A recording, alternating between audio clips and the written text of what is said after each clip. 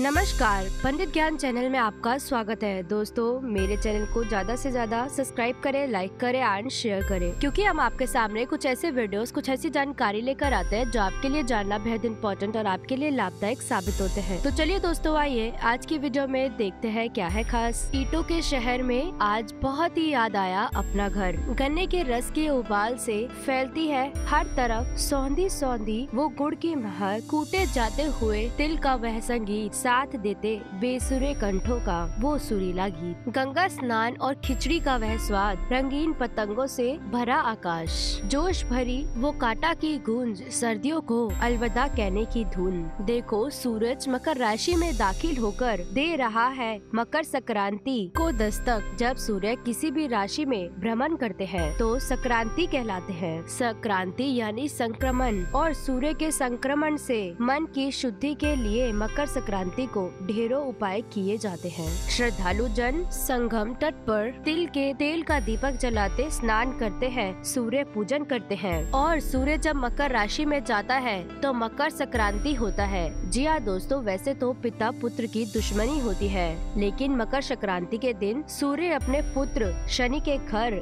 1 महीने के लिए जाते हैं, क्योंकि मकर राशि का स्वामी शनि होता है। जब हम ज्योतिष दृष्टि से देखते हैं, जी हाँ दोस्तों, सूर्य और शनि का तालमेल संभव नहीं है, लेकिन इस दिन सूर्य खुद अपने पुत्र के घर जाते हैं और इसी वजह से इस अवसर को, इस त्योहार को पिता पुत्र के संबंधों में निकट की शुरुआत में देना चाहते हैं। इस समय सूर्य उत्तरायण होता है जो आषाढ़ माह तक रहता है, और सूर्य पूर्व दिशा से उदय होकर 6 महीने तक दक्षिण दिशा की ओर तथा 6 महीने उत्तर दिशा की ओर से होकर पश्चिम दिशा में अस्त होता है। उत्तरायण का जो समय होता है वो देवताओं का दिन होता है, और दक्षिणायन का जो समय होता है वो देवताओं की रात्रि होती है। इसलिए हम कहते हैं कि देव सो गए। मकर संक्रांति के दिन देव भी धरती पर आते हैं। आत्मा को मोक्ष की प्राप्ति होती है, अंधकार का नाश होता है, प्रकाश का आगमन होता है, और इस काल को ही परा और अपरा विद्या की प्राप्ति का काल कहा जाता है। इसे साधना का सिद्धि काल भी कहा गया है, और इस काल में देव प्रतिष्ठा,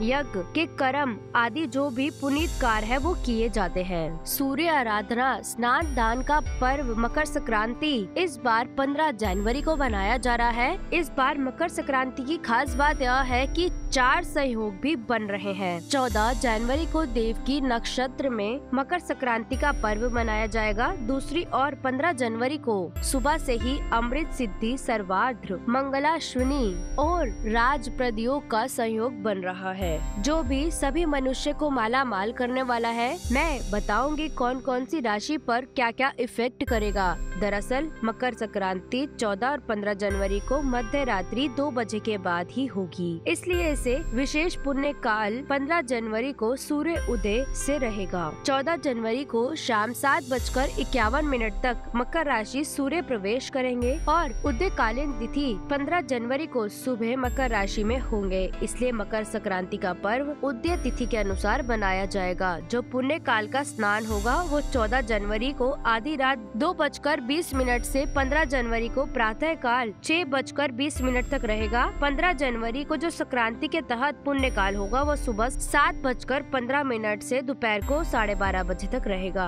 महापुण्य काल का समय 15 जनवरी को सुबह 7:18 से लेकर 9:02 तक रहेगा। दोस्तों, इस बार संक्रांति जो आ रही है, द्वादशी नामक संक्रांति आ रही है, जिसका वाहन बाघ और उपवाहन हाथी है। श्वेत वस्त्र धारण करे हुए हाथ में स्वर्ण पात्र होगा, अन्य का भक्षण करेगी, और इसका उत्तर में गमन और दृष्टि खास कर निर्धन वर्ग के लिए संक्रांति बहुत ही समृद्धिदायक होगी। संक्रांति के स्वरूप के लिए इस बार कुछ क्षेत्रों में संक्रांति कष्टकारी और कुछ क्षेत्रों में समृद्धि कारक होगी। इस कारण साल भर काम की अधिकता, राजनीतिक परिवर्तन सहित कई अन्य बदलाव हम देख सकेंगे, और जन कल्याण संबंधी कार्य होंगे। महिलाओं की कार्य सुरक्षा बढ़ेगी और इसी प्रकार सफेद वस्तुओं के दाम बढ़ने और प्राकृतिक प्रकोप और बीमारियों का खतरा रहेगा। सूर्य की सातवीं किरण भारतवर्ष में आध्यात्मिक उन्नति की प्रेरणा देने वाली है और सातवीं किरण का यह प्रभाव भारतवर्ष में गंगा यमुना के मध्य में अधिक समय तक रहता है। हरिद्वार और पराग में यह माघ मेला, मकर संक्रांति या पूर्ण कुंभ का मेला विशेष उत्सव मनाया जाता है। सूर्य संक्रांति में मकर संक्रांति का पर्व ब्रह्मा, विष्णु, महेश, गणेश, आद्य शक्ति और सूर्य की आराधना का पर्व है। इसकी उपासना का पर्व है जो स्वयं मन को शक्ति प्रदान करता है। संत हो, महर्षि हो, इसके प्रभाव से प्राणी की आत्मा शुद्ध होती है, संकल्प शक्ति बढ़ती है और ज्ञान तंतु विकसित होते हैं। और मकर संक्रांति चेतना को विकसित करने वाला पर्व है। संपूर्ण भारत में किसी न किसी रूप में आयोजित किया ही जाता है। भारत काल में भीष्म पितामह ने अपने तीर त्यागने के लिए भी मकर संक्रांति के दिन का ही चयन किया था और 6 महीने तक उन्होंने प्राण नहीं त्यागे थे। सूर्य के उत्तरायण होने पर ही स्वेच्छा से शरीर का परित्याग किया था। उनका श्राद्ध संस्कार भी सूर्य की उत्तरायण गति में हुआ। आज तक पितरों की प्रसन्नता के लिए तिल अर्घ और जल अर्पण की प्रथा मकर संक्रांति के दिन करी जाती है। इस दिन माना जाता है कि भगवान विष्णु ने भी असुरों का अंत करके युद्ध समाप्ति की घोषणा की थी और उन्होंने सभी असुरों को पर्वत में दबा दिया था। इसीलिए यह दिन बुराइयों और नकारात्मकता को खत्म करने का दिन भी माना जाता है। कुंभ को लेकर बहुत सारी पुरानी कथाएं प्रचलित है, जिसमें प्रमुख है समुद्र मंथन। इसके दौरान निकलने वाला अमृत कलश से जुड़ा हुआ है। महर्षि दुर्वासा के श्राप के कारण जब देवता कमजोर हो गए, दैत्यों ने देवताओं पर आक्रमण करके उनको परास्त कर दिया। तब भगवान विष्णु ने देवताओं के साथ मिलकर क्षीर सागर मंथन किया और अमृत निकालने की सलाह दी और क्षीर सागर मंथन के बाद अमृत कुंभ के निकलते ही इंद्र के पुत्र जयंत अमृत कलश को लेकर आकाश में उड़ गए। इसके बाद दैत्य के गुरु शुक्राचार्य दैत्यों ने अमृत को वापस देने के लिए जयंत का पीछा कर उसको पकड़ लिया। अमृत कलश पर अधिकार जिताने के लिए उनके बीच 12 दिन तक युद्ध हुआ और इस युद्ध के दौरान पृथ्वी के 4 स्थानों प्रयागधाम, हरिद्वार, उज्जैन, नासिक में कलश से अमृत की बूंदें गिरी थी। शांति के लिए भगवान ने मोहिनी रूप धारण कर लिया। सबको अमृत बांट कर देव दानव का युद्ध का अंत किया। तब से जिस स्थान पर अमृत की बूंदें गिरी थी वहाँ आज भी कुंभ मेले का आयोजन होता है। कुंभ मेला हर 12 साल में आता है। 2 बड़े कुंभ मेलों के बीच एक अर्ध कुंभ भी लगता है और इस साल 2019 में आने वाला कुंभ मेला दरअसल अर्ध कुंभ ही है। प्रयाग में 2 कुंभ मेलों के बीच 6 वर्ष के अंतराल में अर्ध कुंभ होता है और कुंभ का मेला मकर संक्रांति के दिन से शुरू होता है। इस दिन जो योग बनता है उसे कुंभ स्नान कहते हैं। हमारे कुंभ मेले में किसी भी पवित्र नदी में स्नान या 3 डुबकी लगाने से सभी पुराने पाप धुल जाते हैं। मनुष्य को मोक्ष की प्राप्ति होती है और कहा जाता है कि इस दौरान ग्रहों की स्थिति हरिद्वार से बहती गंगा के किनारे पर स्थित गंगा जल को औषधीकृत कर देती है। इसीलिए इन दिनों यह जल अमृतमय हो जाता है। यही कारण है कि अपने मन की अंतरात्मा की शुद्धि हेतु पवित्र स्नान करने लाखों श्रद्धालु यहाँ पर जुटते हैं और आध्यात्मिक दृष्टि से अर्ध कुंभ के काल में ग्रहों की स्थिति एकाग्रता तथा ध्यान साधना के लिए उत्कृष्ट मानी जाती है। यह स्नान मकर संक्रांति से लेकर शिवरात्रि तक चलता है और 14 से 15 जनवरी को मकर संक्रांति का पहला शाही स्नान होगा। दूसरा शाही स्नान 4 फरवरी यानी कि मौनी अमावस्या को और तीसरा शाही स्नान होगा 10 फरवरी यानी कि बसंत पंचमी वाले दिन। इसके अलावा पौष पूर्णिमा 21 जनवरी, पौष एकादशी स्नान 31 जनवरी, माही एकादशी 16 फरवरी, माघ पूर्णिमा 19 फरवरी और 4 मार्च को महाशिवरात्रि पर भी स्नान रहेंगे। दोस्तों, भगवान आशुतोष ने इस दिन भगवान विष्णु जी को आत्मज्ञान का ज्ञान दिया था और रामायण काल से ही भारतीय संस्कृति में दैनिक सूर्य पूजन का प्रचलन चलता आ रहा है। राम कथा में मर्यादा पुरुषोत्तम श्री राम द्वारा नित्य सूर्य पूजन का उल्लेख भी मिलता है। राजा भगीरथ सूर्यवंशी थे, जिन्होंने भगीरथ साधना के परिणाम स्वरूप पाप नाशनी गंगा को पृथ्वी पर लाकर अपने पूर्वजों का मोक्ष कराया था। राजा भगीरथ ने अपने पूर्वजों को गंगा जल अक्षत तिल से श्राद्ध अर्पण किया था और तब से माघ मकर संक्रांति स्नान और मकर संक्रांति श्राद्ध अर्पण की प्रथा आज तक प्रचलित है। कहा जाता है इस दिन गंगा जी भागीरथ के पीछे पीछे चलकर कपिल मुनि के आश्रम से होकर सागर में जा मिली थी और इसीलिए आज के दिन गंगा स्नान दान करने का विशेष महत्व होता है। मकर संक्रांति पर मौसम में बदलाव आना आरंभ हो जाता है। यही कारण है कि रातें छोटी और दिन बड़े होने लगते हैं और सूर्य के उत्तरी गोलार्ध में जाने के कारण ग्रीष्म ऋतु का प्रारंभ हो जाता है। सूर्य के प्रकाश में गर्मी और तपन बढ़ने लगता है और इसके फल स्वरूप प्राणियों में चेतना और कार्य शक्ति का विकास होता है। मकर संक्रांति के बाद माघ माह में उत्तरायण के पश्चात सभी शुभ कार्य किए जाते हैं और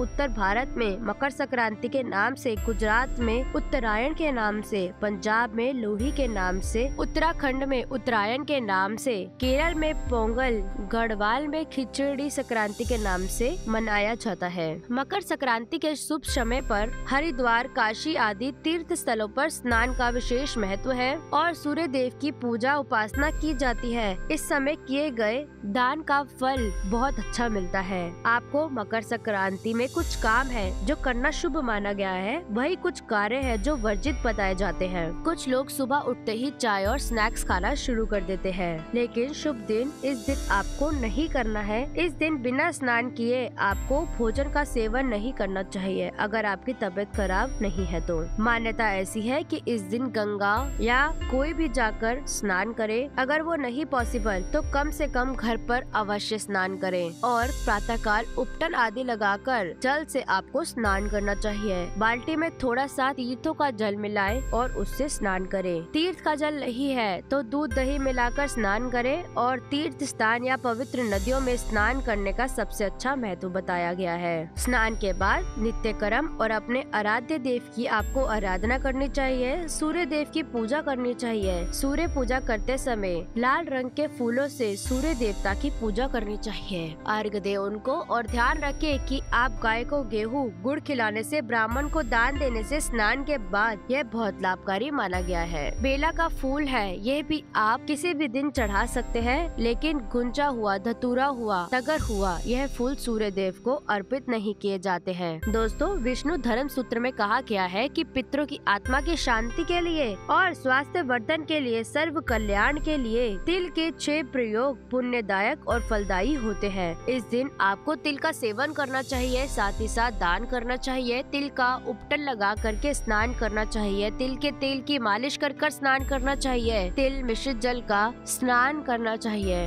और तिल का हवन करना चाहिए। तिल की वस्तुओं का सेवन करना चाहिए, दान करना चाहिए। इससे मनुष्य के सभी पापों में कमी आती है। हमारे ऋषि मुनियों ने मकर संक्रांति तिल के प्रयोग को बहुत सोच समझ के परंपरा का अंग बनाया है। कहते हैं कि इस दिन से दिन तिल भर बड़ा होता है और आयुर्वेदिक के अनुसार शरद ऋतु के अनुकूल होता है। मानव स्वास्थ्य से भी तिल का विशेष महत्व होता है। इसलिए जितने भी मांगलिक और धार्मिक कार्य होते हैं, पूजा अर्चना हवन होते हैं, यहाँ तक कि विवाह उत्सव में भी तिल की उपस्थिति अनिवार्य होती है। सर्दी के मौसम में वातावरण का तापमान बहुत कम हो जाता है और शरीर में रोग और बीमारियां जल्दी होने लगती है। इसलिए गुड़ और तिल से बनी हुई मिठाइयाँ, पकवान खाने चाहिए। दोस्तों, लेकिन ध्यान रखें, आप मकर संक्रांति के दिन वैसे तो व्रत नहीं होता है, आपको 14 जगह दान करना चाहिए। जो लोग भी अगर दान करते हैं 14 चीजों का, तो वो स्नान आदि करने के बाद 14 चीजों को ले आए और उन्हें अपने हाथ से दान करें। जी हाँ दोस्तों, ध्यान रखें, व्रत ऐसे तो नहीं होता है, लेकिन सूर्य देव की कृपा पाना चाहते हैं तो संध्या काल में अन्न का सेवन ना करें। महिलाओं को मकर संक्रांति के दिन बाल नहीं धोने चाहिए। पुण्य काल में दांत में नहीं मारने चाहिए। जो लोग तीर्थ स्थल में स्नान करेंगे, सिर पर पानी डाल सकते हैं, लेकिन शैम्पू लगा करके आपको स्नान नहीं करना है। गाय या भैंस का दूध इस दिन नहीं धोना चाहिए और इस दिन घर के अंदर या बाहर किसी भी प्रकार के पेड़ आदि की कटाई छटाई नहीं करनी चाहिए। प्रकृति का त्योहार है, हरियाली का उत्सव है। इस दिन फसल काटने बहुत अशुभ होता है। माना जाता है इस दिन हरियाली लाने का त्योहार होता है। आप नए नए पेड़ पौधे लगाएं, ये अच्छा होता है। और मकर संक्रांति के दिन किसी भी प्रकार का नशा आदि आपको नहीं करना चाहिए। गंदी चीजों का सेवन, शराब, सिगरेट, गुटखा आदि से बचना चाहिए। यहाँ तक कि मसालेदार भोजन भी नहीं बनाना चाहिए। इस दिन भूल कर भी लहसुन, प्याज और मांस का सेवन नहीं करना चाहिए। और इस दिन खिचड़ी आदि आपको खानी चाहिए। बिल्कुल हल्के हल्के भोजन इस दिन आपको बनाने चाहिए। मकर संक्रांति के दिन सिर्फ भोजन ही नहीं, अपनी वाणी पर भी संयम रखे। किसी भी प्रकार का गुस्सा, चुगली, बुराई आदि ना करे, किसी को बुरा भला ना कहे और सबके साथ मधुरता से आपको व्यवहार करना चाहिए। दोस्तों, मकर संक्रांति के दिन यदि कोई भिखारी आपके घर पर आ गया है या साधु आ गया है या कोई बुजुर्ग आ गया है तो उनको खाली हाथ ना लौटाएं। कुछ ना कुछ दान अवश्य करें। राशि अनुसार भी दान मैं आपको बता देती हूँ। वैसे तो सबके लिए तिल, गुड़, खिचड़ी, कंबल का दान बेस्ट बताया गया है। फिर भी राशि अनुसार अगर करना चाहते हैं तो मेष राशि वाले तांबे की वस्तु और दही का दान करें। वृषभ राशि वाले चांदी और तिल कर सकते हैं। मिथुन राशि वाले पीले वस्त्र और गुड़ कर सकते हैं। कर्क राशि सफेद और ऊन का दान करें। सिंह राशि वाले गुड़ और गेहूं का दान करें। कन्या राशि वाले हरी मूंग और तिल का दान करें। तुला राशि वाले गुड़ और 7 प्रकार के अनाज का दान करें। वृश्चिक राशि लाल वस्त्र और दही का इस्तेमाल करें। धनु राशि पीले वस्त्र का दान करें। मकर राशि कंबल और गुड़ का दान करें। कुंभ राशि कंबल और गुड़ का दान करें और मीन राशि चना दाल और तिल का दान करें। ये सर्वश्रेष्ठ होता है। दोस्तों, मकर संक्रांति का दिन पतंग महोत्सव का भी दिन माना जाता है। पतंग उड़ाने के पीछे मुख्य कारण यह होता है, कुछ घंटे सूर्य के इस प्रकाश में बिताना। यह समय सर्दी का होता है और इस मौसम में सुबह का सूर्य प्रकाश जो होता है वो शरीर के लिए स्वास्थ्यवर्धक और त्वचा और हड्डियों के लिए अत्यंत लाभदायक होता है। साथ ही साथ एकता का त्योहार ऐसा मिलजुल कर बनाते हैं। जहाँ जहाँ लोहड़ी होती है वहाँ रात में सब एक साथ मिलकर बॉनफायर के करते हैं, लोहड़ी के गीत गाते हैं। इस प्रकार इस एकता के त्योहार को, हमारे देश के प्यारे से त्योहार को मनाया जाता है। इस दिन को विशेष मांगलिक दिन माना जाता है क्योंकि माना जाता है कि उच्च लोक के द्वार खुलते हैं और इस दिन आकर जो भी स्नान करता है उसकी आत्मा उच्च लोक को प्राप्ति जरूर होती है। आप भी ध्यान रखें, कोई भी भूल से बड़े हुए बच्चे हो, बुजुर्ग हो, सभी को कम से कम एक बारी स्नान करना ही होता है। जी हाँ दोस्तों, फिर आप देखिए कि आपकी जिंदगी कैसे बदल जाती है। जैसे कहा जाता है ना, अच्छे दिन आएंगे, तो आप देखेंगे खूब जोर शोर से मेहनत करें। इस दिन अपने शरीर की सारी मैल को निकाल दे, पूरी गंदगी को निकाल दे और अच्छे से स्नान आदि करें। सिर्फ तन को नहीं, मन को भी निर्मल कर कर आपको आगे बढ़ना चाहिए और अपने फ्रेंड्स, फैमिली, मम्मी पापा, भाई बहन सभी के साथ इस वीडियो को जरूर शेयर करें। जी हाँ दोस्तों, आप देखेंगे आपकी जिंदगी में कैसे ही बदलाव आ जाता है। आज के वीडियो में बस इतना ही। लौटेंगे एक नए वीडियो, एक नए टिप्स के साथ। मेरे चैनल को सब्सक्राइब भी अवश्य करें।